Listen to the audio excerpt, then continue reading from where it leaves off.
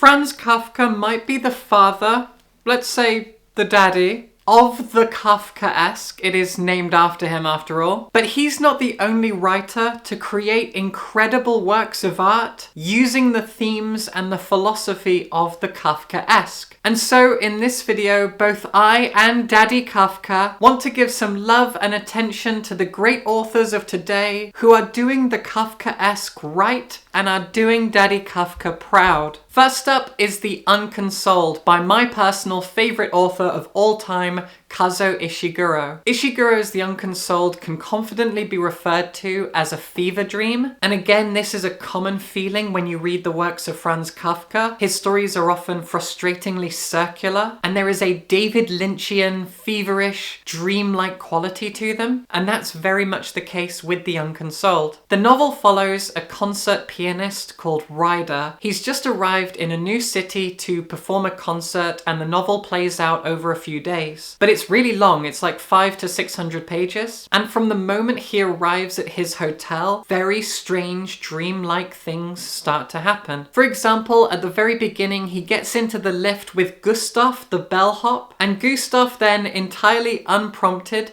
jumps into like a 5-page monologue about his job and how the bellhops of this city aren't really respected and how they have a union and how it's crazy. It's very, very strange, very surreal, and Ryder is there like, what the hell is this guy on about? And then it's nighttime and Ryder decides to catch a midnight showing of 2001: A Space Odyssey at the local cinema. While he's there, he turns around and gets annoyed at the people sat behind him because they're playing chess very loudly. The dreamlike quality of the novel spills out gradually more and more. The next day, he goes to a cafe to speak to Gustav's daughter. She's talking about her son until Ryder suddenly remembers that this woman is actually his wife and she's talking about their son. Ryder's own personal life starts to drip into this dreamlike world. He's trying to understand things, he's trying to find answers to simple questions, and nobody is ever around to answer his questions. They send him on annoying quests, things he doesn't fully understand, and all the while this concert is coming up. It really feels like a dream in which he simply wants to understand what is going on in the world around him, what's going on with his life, small problems that come up that he needs to face, but no one will simply give him a straight answer, and that's what's so deeply frustrating. It's a brilliantly entertaining book. It will annoy you, and it is very much purposeful in that way. The Unconsoled is a Kafkaesque fever dream, and I love it. Next up is Han Kang's The Vegetarian, which is a Booker Prize-winning Korean masterpiece translated by Deborah Smith. The Vegetarian is separated into 3 parts, and each part is told from the perspective of a different person, and each of these people is very close to the woman at the center of the novel. That woman is Young-hye, and when the novel begins, Young-hye has decided that she's not going to eat meat anymore. She throws out all the meat products from her home, and this causes a complete and total collapse of her entire life and the lives of those around her. The first perspective in the novel is that of her husband, who explains in his section of the book that he married her because he wanted a really ordinary, safe, normal, predictable life, and she seemed like a really stable, boring, predictable person. And now suddenly she's done this? She's become a vegetarian? Out of the blue? Because she had a dream? He is furious. He gets her dad involved. Together they try and force feed her meat because she's doing a thing that is different from how things go. As the novel goes on, we switch perspectives to different people in her life, and at no point do we actually get her perspective. That's what's so sad and frustrating about it. That's what makes it a pretty good feminist novel as well. And at its core, The Vegetarian is rallying against expectations, against how things are just supposed to be that way, against conservative values and mindsets. And when I say conservative, I'm not talking specifically about party politics here. I'm talking about the idea of social rigidity. Things must be this way because that's the right way to do things. It's expected, it's understood, and it's also usually a way to keep certain people in power. Usually, if not always, men. You have to do this thing. If you don't do this thing, you're weird. You're outside of the norm. It's It's about going against collectivism, about being free to make your own choices, choices that don't affect everyone else, and yet everyone else often acts like they do. They make your life, your innocent choices, their problem, and they ruin your life because you have somehow offended their sensibilities. I'm definitely not projecting here at all. And don't you think that I am, Dad? The Vegetarian is annoying, it is triggering, it's full of upsetting and taboo things, so you've been warned, and it really is an incredible Korean masterpiece. Then we have Authority by Jeff Vandermeer, the second book in the Southern Reach series, sequel to the first book in the series, Annihilation, which is easily the most successful book in the whole series. Annihilation was made into a film directed by Alex Garland. That film is great, the book that it's based on is great, but I want to talk about the sequel, Authority. Annihilation followed an expedition into a strange alien area of coastline called Area X, a place that exists inside of a kind of bubble, a place people often never return from, and if they do, they are riddled with cancer or irreversibly traumatized by the experience. There are strange and mysterious things in Area X. Annihilation follows an expedition into the area, but Authority is set inside the Southern Reach itself, which is a government agency set up to investigate and monitor Area X. Our protagonist is a man called John, but he prefers to go by the name Control. It is awkward, it is silly, and it is very, very purposefully ironic because he is fully out of control in this novel. Control has been hired to be the new director of the Southern Reach. He is constantly milling around trying to find out what exactly he needs to do in his role, even though on paper it's the highest role in the whole agency. His mother gave him this job, by the way. He frequently has to report to someone called The Voice, who tells him what to do. He starts being suspicious of the Voice's power over him. He interviews people who return back from expeditions into Area X. He asks them questions that they refuse to answer. And throughout the whole novel, he's trying to understand what Area X actually is. And you want to know as well. You've read Annihilation, you still don't understand it.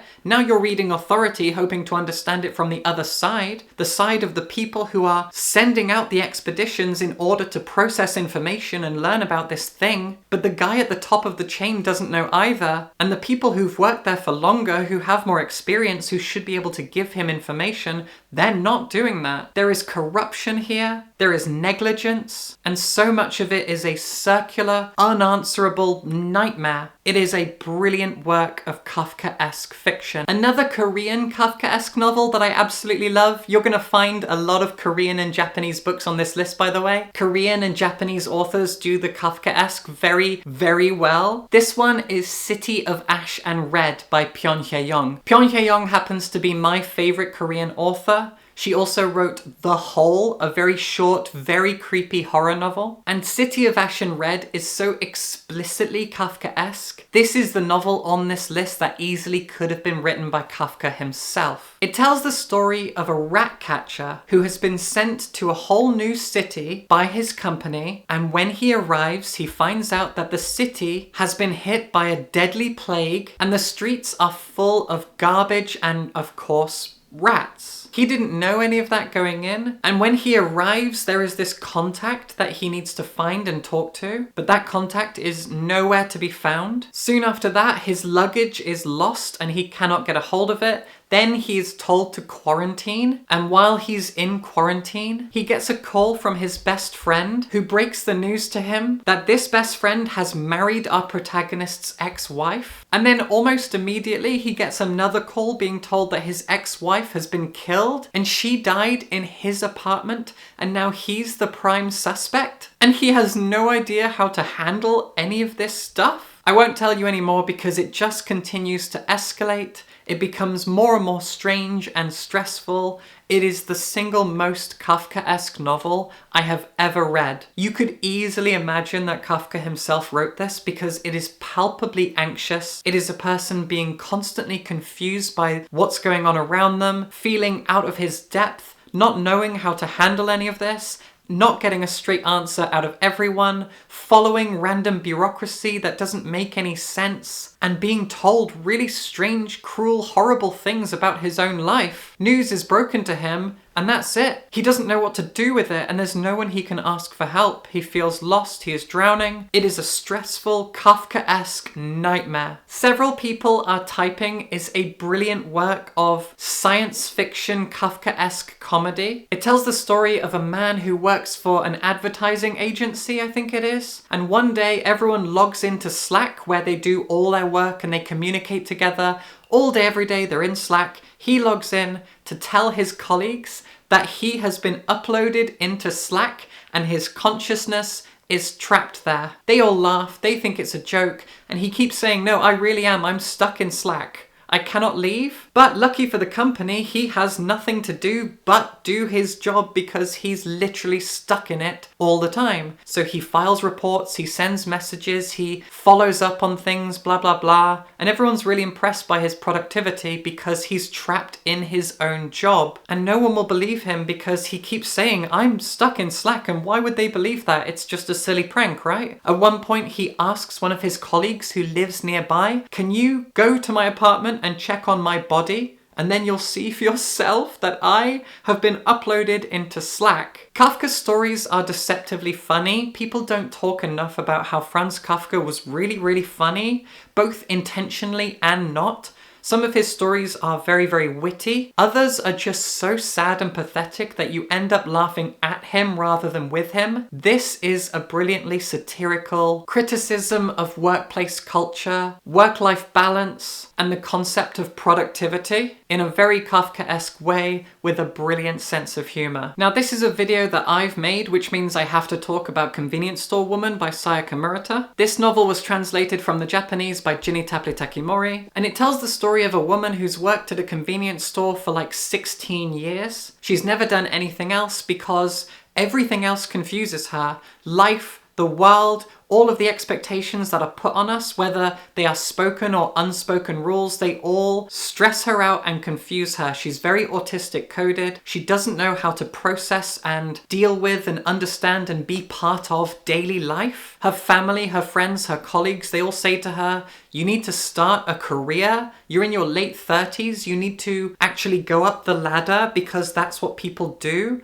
You need to get a boyfriend, marry him, settle down, have a family, get a mortgage, do all these things that people just do. And she doesn't understand why, because she's found a way to be content and survive in this strange, confusing world of arbitrary rules. And so she does just that. Every day she works at the convenience store, she does a good job, her life is predictable and something she can understand and comprehend, and that's not enough for everyone else. And she does not understand why. Why does she need to do more than that? What is the point? Why does she have to follow that rigid thing just because it makes everyone else uncomfortable? And why does it make them uncomfortable? That's a thing we need to sit and think about. I love this book so much. I've talked about it to death, so I'll stop here, but what an absolute Kafkaesque masterpiece. This is my book. Yes, I have included it on this list because I'm proud of it and it is Kafkaesque as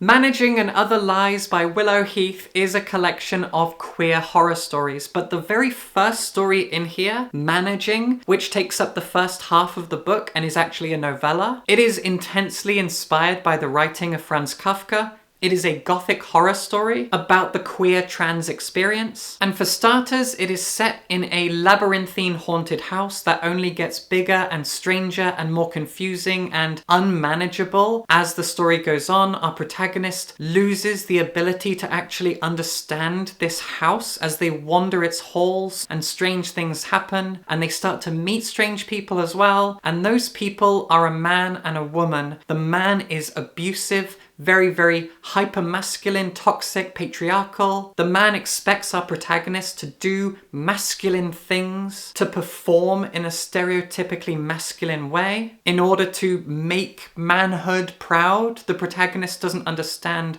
what this performance is for, what it proves, what it shows, why it's so necessary, why they aren't free to just be who they are. And the woman demands physical sacrifices from our protagonist in order for them to be happy in their own skin. She's a kind of ghostly vampire that takes pieces of our protagonist, and she kind of represents what society demands we give up in order to find our own happiness, in order to fit in order to be acceptable, in order to pass. We must give up so much, we must suffer so much. Being trans is a beautiful, wonderful thing. It makes me happy, and the only thing that sucks about it is everyone else. Everyone else who expects you to perform a certain way, look and sound a certain way. This book is about normativity and the nonsense of it. It is about rallying against normativity. It is about exposing the labyrinthine nonsense of it all. It is very, very Kafkaesque.